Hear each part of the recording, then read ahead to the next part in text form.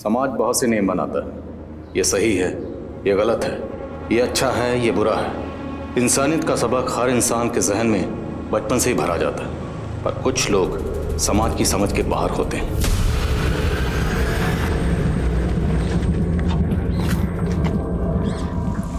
Ma'am, tyre puncture हो गया।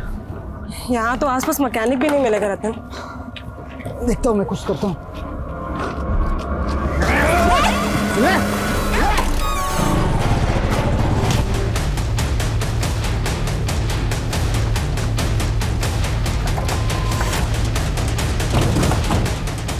पवन, तुम छत पे जाओ, पाड़े दरवाजे पर आओ।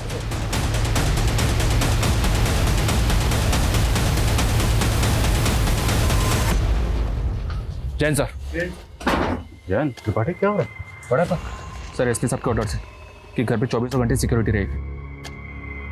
त्रिपाठी, अगर हम ही मुजरिमों के डर से घर में दुबक के बैठ जाएंगे तो आम पब्लिक का क्या हो? ऐसा ही आस्था की किडनैपिंग को 5 दिन हो चुके हैं और अभी तक उनका कुछ पता नहीं चला। अगर आपको कुछ हो गया तो? एक कांस्टेबल बहुत है, बाकियों को भेज दो। Sorry sir, I have to follow orders.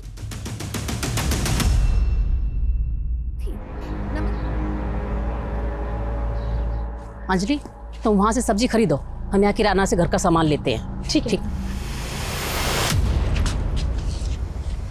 चटका खा गई मेरी प्यारी अंजलि। हाँ, मैं इतनी आसानी से पीछे नहीं छूटेगा मुझसे। छोड़ो हमारा हाथ। ये तो क्या चिल्लाओगी? चिल्ला। देखो हम। हाँ, हम फिर आएंगे बहुत जल्दी।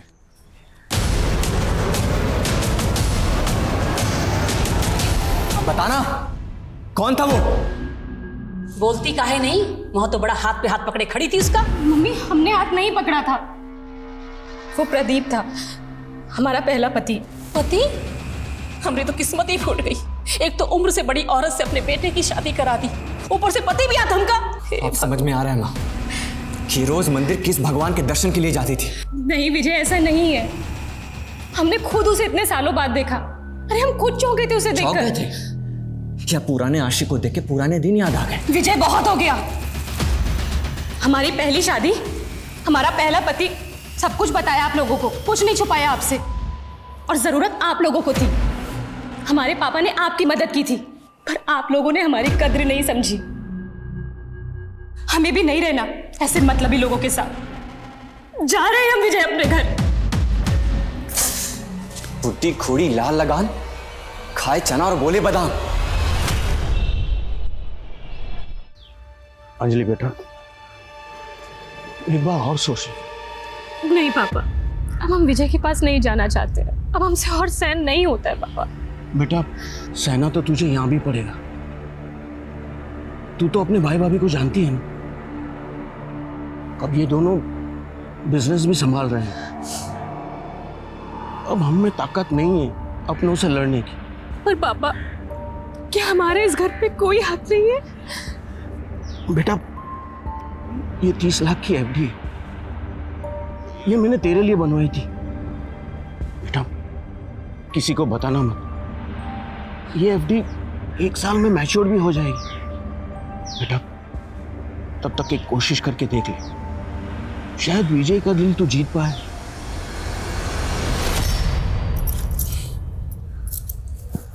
वाह अंजलि जी,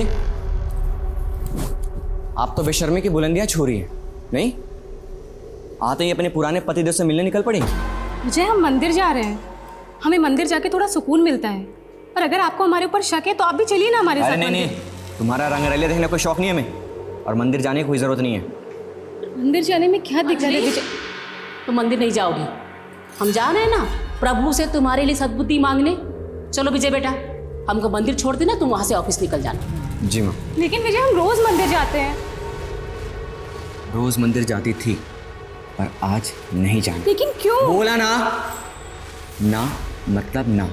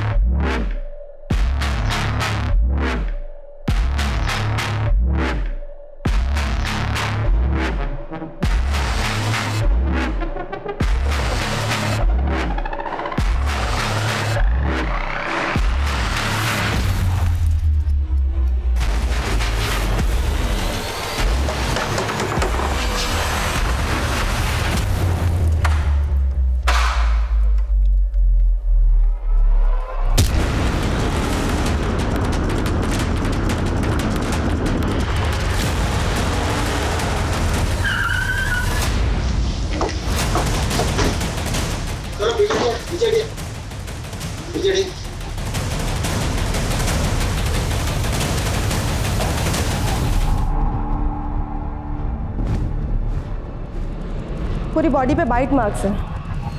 ऐसा लगता है जैसे किसी ने जानवर की तरह पूरी बॉडी को नोच खाया हो। सर के भी चांसेस लगते हैं।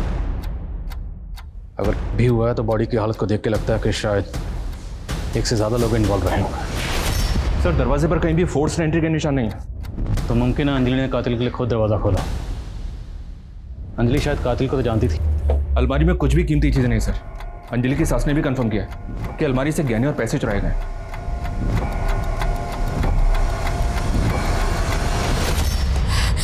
साहब हम मंदिर गए थे, अंजलि बेटा घर में अकेली थी। जैसे ही मंदिर से लौटे तो हमने दरवाजा खटखटाया। अंजलि की हालत देख के हमारा सर चकरा गया था साहब। हमने फौरन अपने बेटे विजय को बुलाया साहब। आप लोगों में से किसी ने घर के अंदर आते जाते किसी को देखा था? नहीं साहब, हमारे घर का दरवाजा तो बाहर से किसी ने बंद कर दिया था। सर हमारा भी। तो आप लोग बाहर कैसे आए? हमारे घर का दरवाजा तो विजय ने खोला। हाँ साहब। हाँ सर हम लाश को देख के बहुत डर गए थे सर, इसलिए सर हम बाहर मदद के लिए आए थे, पर कुछ दिखा ही नहीं सर। पड़ोसी से बहुत आवाज़ें आ रही थी सर, इसलिए मैंने जाकर दरवाज़ा खोल दिया। घर में घुसने से पहले पड़ोसी की कुंडी बंद की गई। मतलब जो भी किया गया बड़ी प्लानिंग से किया गया। पिछले दिनों आपने किसी ऐसे अनजान आदमी को यहाँ पर देखा जिसको देखकर आपको कुछ अजीब लगा?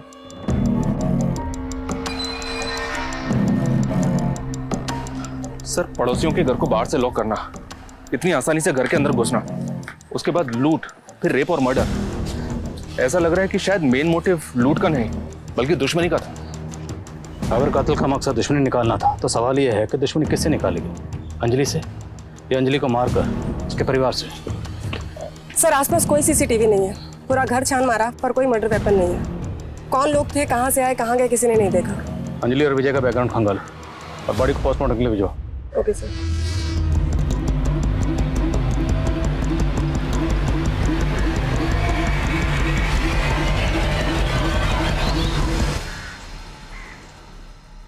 सर एक नया एंगल सामने आया।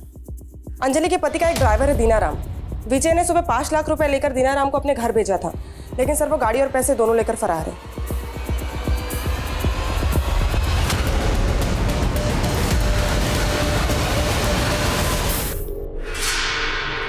ये तुम्हारा काम है ना? बच्ची से क्यों करवा रही हो? ओ मैडम आप काम करो अपना। रास्ते से पकड़ के लाई हूँ, खाना खिला रही हूँ उसको, तो उससे कुछ तो काम लूंगी ना। अरे लेकिन वो छोटी सी बच्ची है, उसकी हालत देखो, बीमार लगती है वो।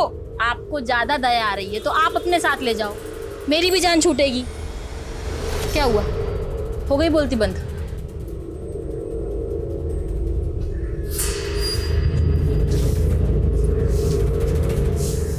बेटा डरो मत, मेरे साथ चलोगी? ये दीनाराम है सर, विजय का ड्राइवर। तो ये कौन है? ये दुलारी है, अंजलि के घर में काम करती थी। कल शाम को सब्जी लेने बाजार गई थी, उसके बाद से घर लौटी नहीं। तो क्या इस कांड के पीछे इन दोनों का हाथ हो सकता है? पूरे चांसेस हैं सर। ये दीनाराम जिस घर में रहता था उसके मकान मालिक से बात की मैंने, उसने बताया कि दीनाराम ने 2 दिन पहले घर छोड़ दिया था। मतलब सब कुछ वेल प्लान तरीके से किया गया। और एक बात मुझे अभी भी खटक रही है, अगर अंजलि के घर में घुसकर मकसद लूट करना करना उसका मर्डर करना भी था तो इतनी ब्रुटैलिटी से मर्डर, अंजलि का कातिल इतनी बेरहमी से क्यों किया गया? उसकी क्या वजह हो सकती है? हमारी ही गलती थी। अंजलि तो वापस जाना नहीं चाहती, हमने ही उसे वापस भेजा। काश हम उसे मना कर देते। विजय ने ही मारा है मेरी बेटी को। देखिए हम पूछताछ कर रहे हैं, जो भी गुनहगार होंगे उन्हें सजा जरूर मिलेगी। अंजलि की किस्मत ही खराब थी। उसका पहला पति भी बहुत ही कमीना निकला और दूसरा पहला पति प्रदीप बहुत ही कमीना आदमी है वो। चक्का खा गई मेरी प्यारी अंजलि। प्रदीप बहुत ही मारता था मेरी बेटी को, बड़ी मुश्किल से उससे छुटकारा दिलवाया था, लेकिन ये विजय उससे भी बड़ा निकला। बहुत ही गिरा हुआ था सर वो। तो विजय और अंजलि की शादी कैसे हुई? I mean, अंजलि पहले से शादीशुदा थी और विजय से उम्र में भी काफी बड़ी थी। विजय हमारे साथ बिजनेस करता था और उसे हमें 8 लाख रुपया देने थे, तो इसी सिलसिले में वो हमारे घर पर आता था और अंजलि को देखता था। और उसे अंजलि पसंद आ गई। उसने शादी की बात छेड़ी और हमने हाँ कर दी। लेकिन साहब, हमने उसे अंजलि की पहली शादी के बारे में सब कुछ बता दिया था और वो मान गया था। उसकी अच्छाई को देखकर हमने वो 8 लाख रुपए भी माफ कर दिए थे साहब। लेकिन साहब, इतना सब कुछ करने के बाद भी उसने मेरी बेटी के साथ। आओ, तुम यहाँ आराम से बैठो, मैं पानी लेकर आती हूँ। ठीक? अरे नीचे क्यों बैठ रहे हो? ऊपर आराम से बैठो।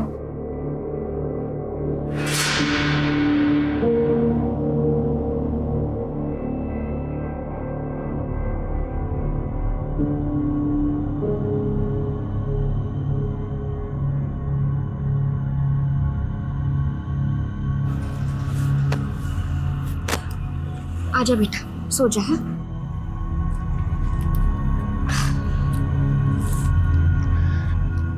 माँ, ये बहुत चुभ रहा है।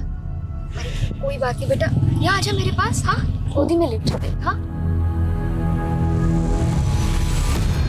पानी।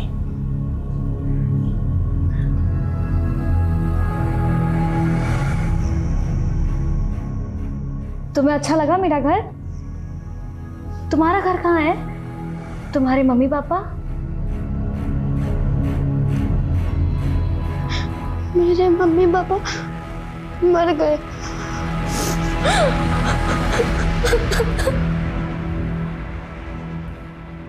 भिजवा दो। सर, अंजलि की पोस्टमार्टम रिपोर्ट जितना सोचा था उससे कहीं ज्यादा पेनफुल डेथ थी उसकी।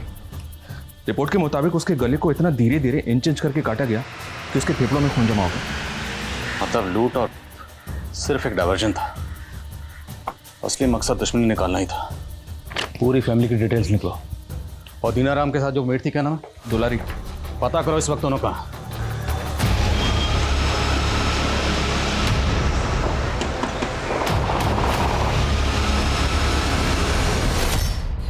इस विजय की डिटेल्स निकलो और प्रदीप का पता करो। Okay sir. हेलो। वाह दीनानाथ जी, तुम तो बड़े झूठे निकले। अभी तो कह रहे थे कि नोटों से नहला दूंगा, अब? अरे मेरी प्यारी दुलारी, नोट कहाँ भागे जा रहे हैं? चल।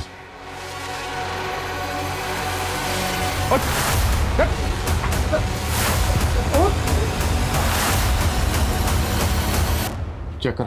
सर।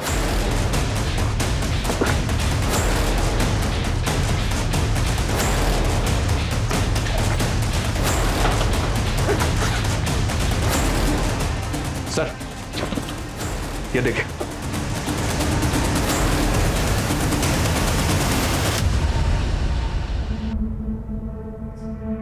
ब्यूटी, ब्यूटी, छोड़ो उसे, छोड़ो। कितनी बार कहा है ना, ये सब काम तुम्हारे लिए नहीं है। पर घर पर भी मैं मेरी माँ की मदद करती थी और आप भी तो मेरी। रुक क्यों गई? तुम मेरे लिए मेरी बेटी जैसी ही हो। माँ की याद आती है? तुम मुझे बताओ कि तुम्हारी माँ कैसी थी? चल किराया निकाल। साहब, आज तो मेरे पास पैसे नहीं है। मैं अगले हफ्ते खुद आके आपको सारे पैसे लौटा देती हूँ। हाँ, अगले हफ्ते नहीं, मेरे को कल पैसे चाहिए। मैं आपको पैसे लाकर देती हूँ साहब, मुझे माफ करिए। कल तक पैसे मिल जाने चाहिए, नहीं तो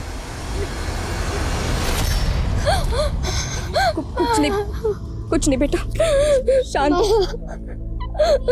हो जा बेटा। मेरी माँ है ना। छोटी सी उम्र में कितना कुछ देख लिया तुमने,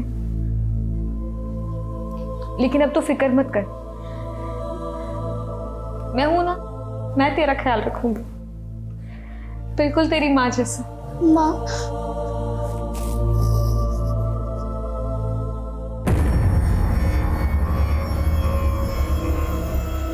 कोरोना नहीं है आपको, मामूली सा वायरल फीवर है। आप बेकार में परेशान हो रहे हैं। हम दवाई लिख देते हैं, एकदम ठीक हो जाएंगे। हम डॉक्टर के लिए हम डॉक्टर, आप मरीज। बेटा सौहार्द, पापा अभी असली मरीज को देख रहे हैं। थोड़ी देर जाके मनीष चाचू के साथ खेलो ना। पापा डॉक्टर खेलते ना पापा। पापा मनीष। डॉक्टर। अरे मनीष, जी भैया। इसको जरा अंदर ले जाओ ना। अरे जाओ। सौहार्द चलो हम खेलते हैं तुम्हारे साथ डॉक्टर। नहीं चाचू, आप डॉक्टर कैसे कह सकते हैं? डॉक्टर तो पापा है, पापा खेलेंगे ना पापा। डॉक्टर। दो मिनट। अच्छा चलो, ये डॉक्टर। हम लोग डॉक्टर नहीं, लुका छिपी खेलेंगे। तुमको पसंद है ना?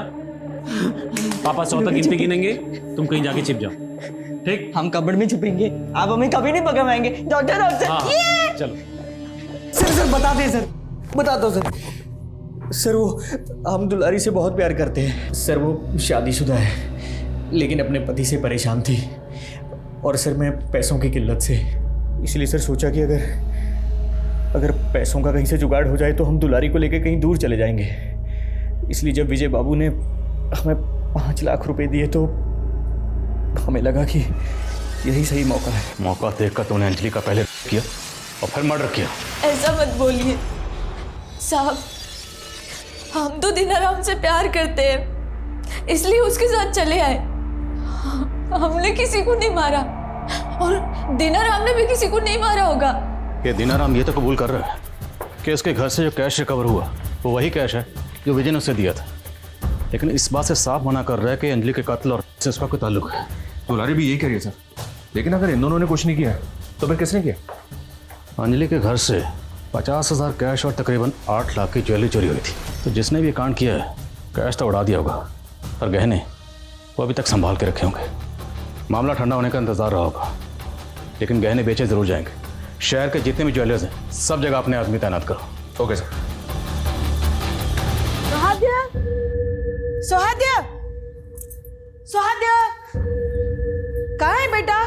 सोहाद्या, ये लड़का कहाँ चला गया? जयंती भाभी, मैंने सुहाद्य को हर जगह देखा पर वो कहीं नहीं दिख रहा है। क्या? सोहाद्या, अरे क्या हुआ, इतना शोर क्यों मचा रहे हो तुम लोग? अरे सोहाद्या कहीं मिल नहीं रहा, पता नहीं कहाँ छुप गया है। अभी 1-2 घंटे पहले तो मेरे साथ वो लुका छिपी। हम कबड में आके छिपेंगे, आप हमें कभी नहीं पकड़ पाएंगे। कबूट।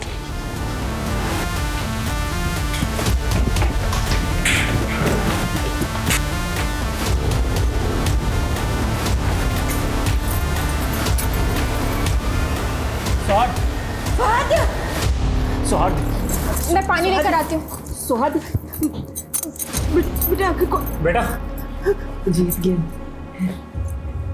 पापा, जीत गया।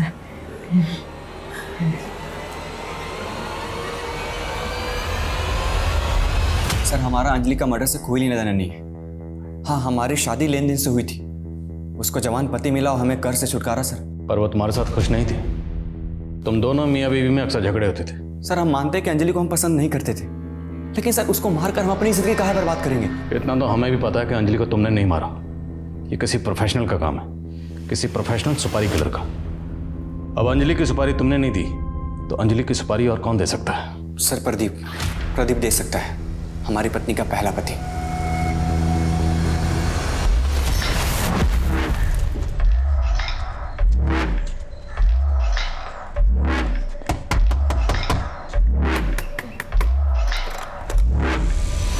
जी दीदी, 2 दिन से बच्चे भूखे हैं, बहुत भूख लगी है दीदी, खाने को कुछ मिलेगा?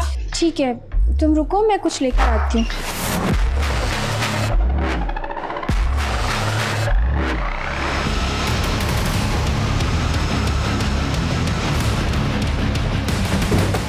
आइए सर, मैंने ही बुलाया था।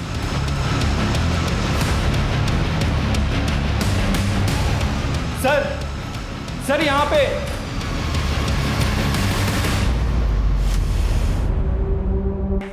सर, हाँ सर, मैंने पड़ोसी से बात की है। डॉक्टर अजीत के साथ जिस औरत की लाश मिली है वो और कोई नहीं, डॉक्टर अजीत के भाई मनीष की बीवी रूपा है सर। अजीत का भाई मनीष भी घर पर मौजूद नहीं था, राइट? Yes sir. और सर वारदात के वक्त घर पे 3 ही लोग मौजूद थे, डॉक्टर अजीत, उसके भाई की बीवी रूपा और डॉक्टर अजीत का बेटा सौहार्द।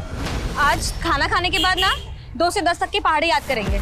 जी माँ। तुम्हारे उम्र के बच्चों को सब कुछ आता है, लेकिन तुम भी जल्दी सीख जाओगी, ठीक है?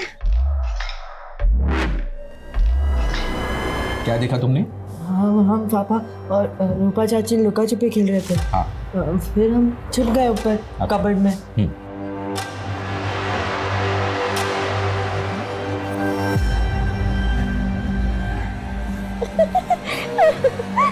पापा, आप और रूपा चाची क्या खेल रहे हो? हम तो लुका छुपी खेल रहे थे ना। हम लुका छिपी खेल रहे थे बेटा, तुमने हमें ढूंढ लिया। अब तुम जाके छिपो, हम तुम्हें ढूंढेंगे।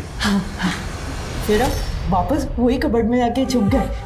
तो थोड़ी देर बाद आवाज़ आई तो हम भी गए पीछे पीछे। फिर नीचे आके बाथरूम में गए तो सर ये सुहाद है ऑटिस्टिक चाइल्ड। क्या हम इसकी बातों पर यकीन कर सकते हैं? उसने वही कहा जो उसने देखा, अनजाने में। शायद उसको पता नहीं कि उसने कितनी भयानक वारदात देखी। और सर अगर सुहादे की माने तो डॉक्टर अजीत और उसके भाई की बीवी रूपा दोनों के बीच में अफेयर चल रहा था सर। ये भी तो हो सकता है कि जिसने रूपा और अजीत का मर्डर किया वो और कोई नहीं बल्कि मनीष। उसे रूपा और अपने भाई के अफेयर के बारे में पता चल गया हो और उसने। और जब हो रहा था तब जो औरत वहां पर मौजूद थी वो जयंती हो सकती है। जयंती और मनीष दोनों के फोन बंद है। पता करो इन देवर भाभी के बारे में। सर आप यहाँ अकेली रहती हैं? हाँ, साल के 6 महीने अकेली रहती हूँ। मेरे पति मोहित मर्चेंट नेवी में हैं, तो 3-4 महीने में एक ही बार आते हैं। लो तुम्हारे बाल बन गए।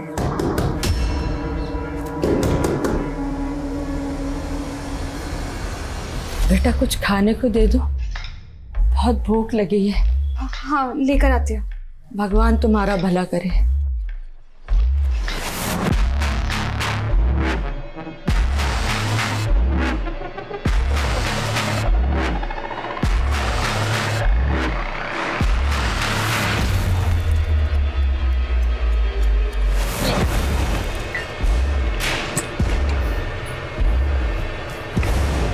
चलो जाओ यहाँ से। ब्यूटी, ये क्या किया तुमने? हाँ, पानी क्यों फेंका उन पे? ऐसे नहीं करते बेटा। उनको भूख लगी थी ना, अब ये खाना उनको देना और उनसे सॉरी कहना। सॉरी। भगवान आपकी बेटी का भला करे। खुश रहो बेटा, खुश रहो। तुम्हारी बीवी और तुम्हारे भाई के बीच अफेयर चल रहा, ये बात पता थी ना तुमको? क्या बकवास कर रहे हैं सर आप? ये सब झूठ है। रूपा और अजीत भैया के बीच एक पवित्र रिश्ता था, जैसे तुम्हारा और तुम्हारे भाभी के बीच में। बताओ कहाँ है तुम्हारे क्राइम पार्टनर, तुम्हारी भाभी जयंती? बताओ। ना हमने कोई क्राइम किया है ना जयंती भाभी ने, वो तो अपने मायके गई हुई है। हाँ सर, हम अपने मायके गए हुए थे। आपके देवर मनीष का कहना है कि आपके पति और आपकी देवरानी रूपा के बीच कोई गलत संबंध नहीं थे। झूठ बोल रहे हैं सर, मनीष भाई साहब को सब पता था। दरअसल रूपा और अजीत के रिश्ते को उन्होंने ही बढ़ावा दिया था। क्या? दरअसल मनीष भाई साहब कुछ कमाते नहीं थे, सारी जिम्मेदारी हमारे पति पर थी। उनके टुकड़ों पर पल रहे थे, इसलिए मनीष भाई साहब अपनी बीवी रूपा को हमारे पति अजीत के पास भेजते थे। और आप ये सब सह रही थी? और कोई चारा भी तो नहीं था सर, क्या करते? हमारे बेटे की कंडीशन तो आप जानते हैं ना, उसकी दवाइयाँ, उसके भविष्य के बारे में हम नहीं सोचते तो और कौन सोचता। पर कुछ वक्त से अजीत ने अपनी बेशर्मी की सारी हदें पार कर दी। जो हरकतें वो बंद कमरे में करता था वो खुलेआम होने लगी। बस हमारा सब्र खत्म हो गया, इसलिए हम अपने मायके चले गए।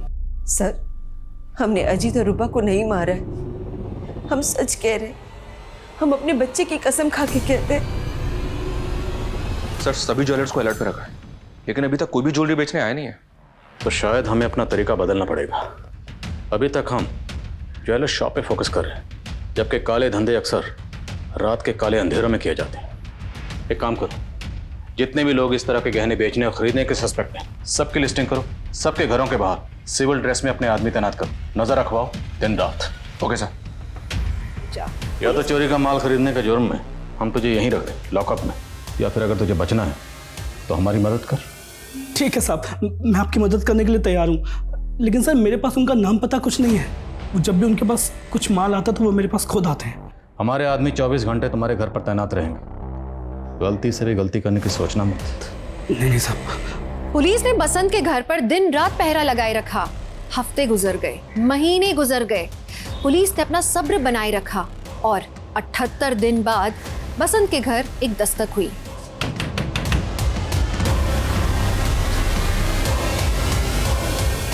बसंत भाई से मिलना। अरे कौन है साहब? कौन है? विशाल चेक करो थाला।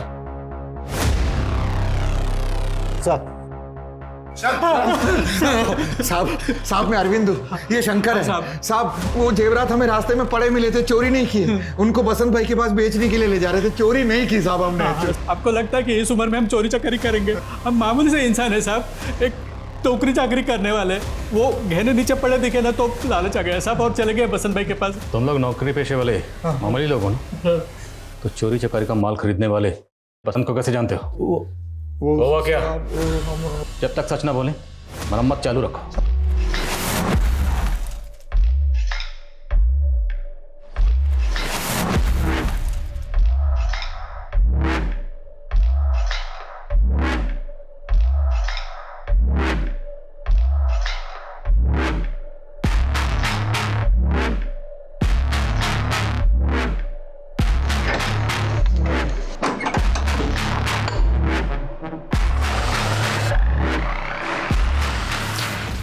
लाइट चली गई मोहित।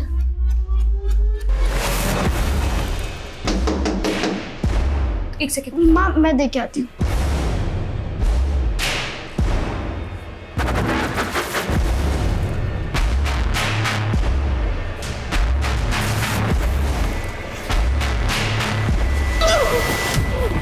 ब्यूटी!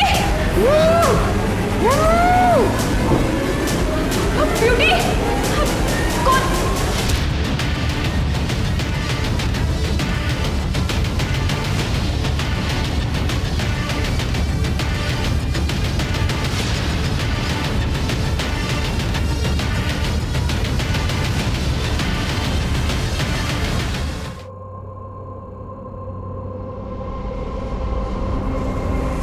सर, पड़ोसी कह रहे हैं कि पिछले कुछ दिनों से 10-11 साल की एक बच्ची नैना जी के साथ रह रही थी, लेकिन अब वो गायब है।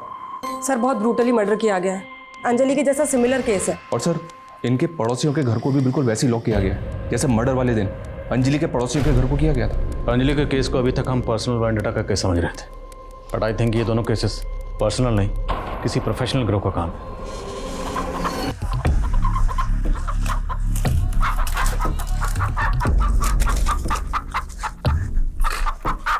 ए, जा बलि देकर आ और प्रसाद लेकर आ।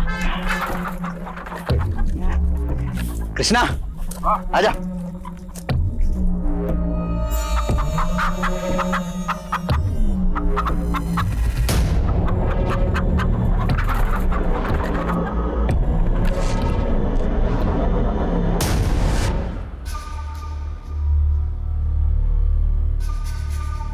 अरे आस्था मैडम, आप थाने जा रही हैं? हाँ, ऑटो का वेट कर रही थी। अरे मैं भी थाने जा रहा हूँ, आइए ना, छोड़ता हूँ मैं आपको। Thank you. बैठिए।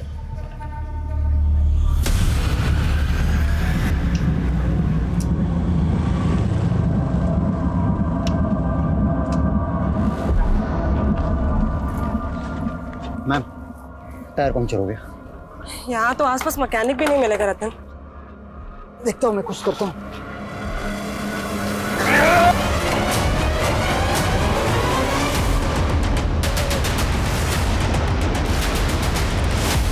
हटो एक सेकंड। आइए सर, यहाँ पे। हटो हटो, सामने से हटो। ये देखिए सर, ये ऐसा ही आस्था भी रतन के साथ थी। एक कांस्टेबल ने आस्था को रतन के साथ बाइक पे जाते हुए देखा था और अभी आस्था का फोन भी बंद आ रहा है। सारी पेट्रोलियम टीम को अलर्ट भेजो और खबरों से पता लगा कि आस्था कहाँ है। Okay sir.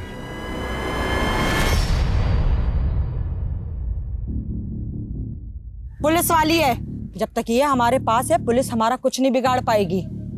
एक बार हम लोग यहाँ से निकल जाएं, फिर तेरे को जो करना है कर लेना।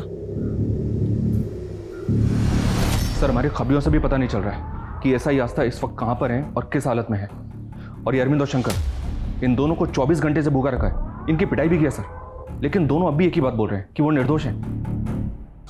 त्रिपाठी, मैं ये कुछ पुराने केसेस देख रहा था। इसमें साउथ का एक गैंग है पांडुपाल्या, जो लोगों के घर में घुसकर करता है, मर्डर करता है और चोरी चकारी करता है।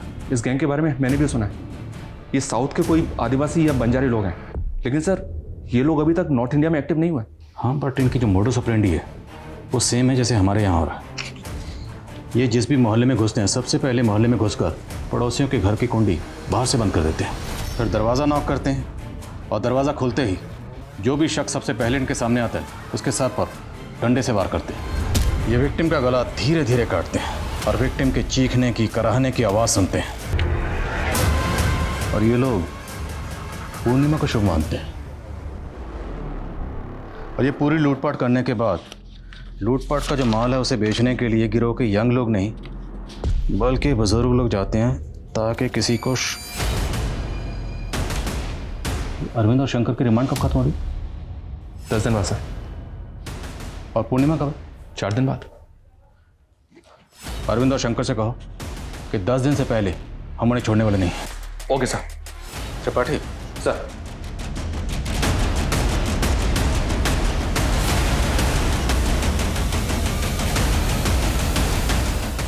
पता है नंदू, इस बार की शरद पूर्णिमा बहुत खास है। ऐसी पूर्णिमा 365 साल में एक बार आती है, जब पृथ्वी चंद्रमा के बहुत करीब होता है। पता है भाई, मुझे इसलिए साहब को तो पहले से बोल के रखा हूँ कि शरद पूर्णिमा की पूजा की छुट्टी मुझे चाहिए। शाबाश सर, छुट्टी बुलाता है पूजा की। सब शरद पूर्णिमा की छुट्टी चाहिए सर। सब लोग शरद पूर्णिमा पे छुट्टी मांगेंगे तो थाने में कौन बैठेगा?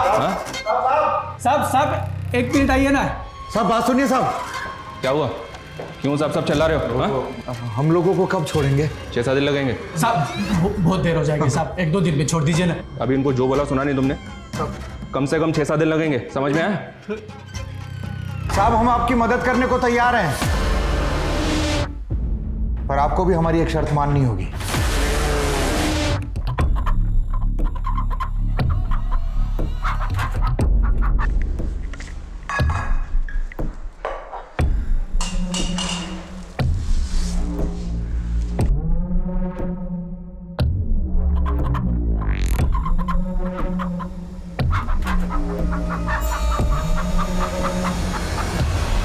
शुक्रिया साहब। पूर्णिमा के दिन मुर्गा न खाया, ऐसा आज तक कभी नहीं हुआ। आज आपके वजह से हमारी परंपरा टूटने से बच गई। हमारे लिए हमारी परंपरा से बढ़कर कुछ भी नहीं साहब। हम अपने गिरोह से गद्दारी तो नहीं कर सकते, लेकिन आज आपने जो हम पर एहसान किया है उसे चुकाने के लिए हम कुछ भी करने के लिए तैयार हैं। हाँ साहब, हम बता सकते हैं पांडुपलिया गैंग तक कैसे पहुंचा जाए। तुम लोग जानते इस वक्त वो कहाँ? नहीं साहब, हमारा तो काम सिर्फ जेवरात को बेचना है, लेकिन हम मज्जारों का गैंग किन किन जगहों पर कितनी देर के लिए रुकता है ये हम आपको बता सकते हैं। किन किन जगहों पर?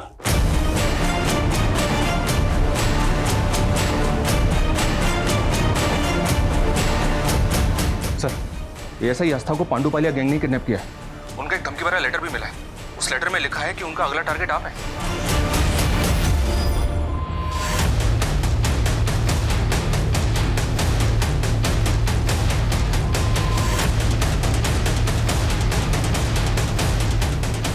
जैन सर। जैन त्रिपाठी, क्या हो रहा है? बड़ा था सर, एसपी साहब के ऑर्डर से आपके घर पे 24 घंटे सिक्योरिटी रहेगी।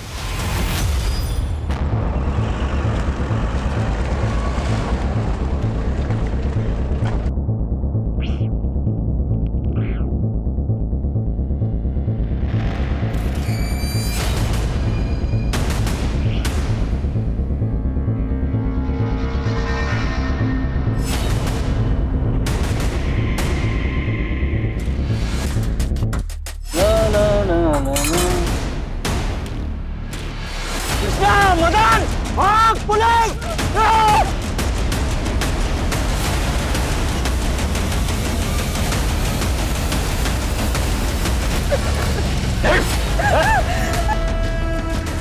बच गए आप।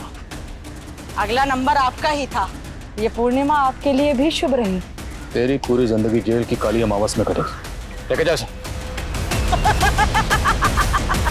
आएंगे हम, आशीर्वाद से बाहर आएंगे।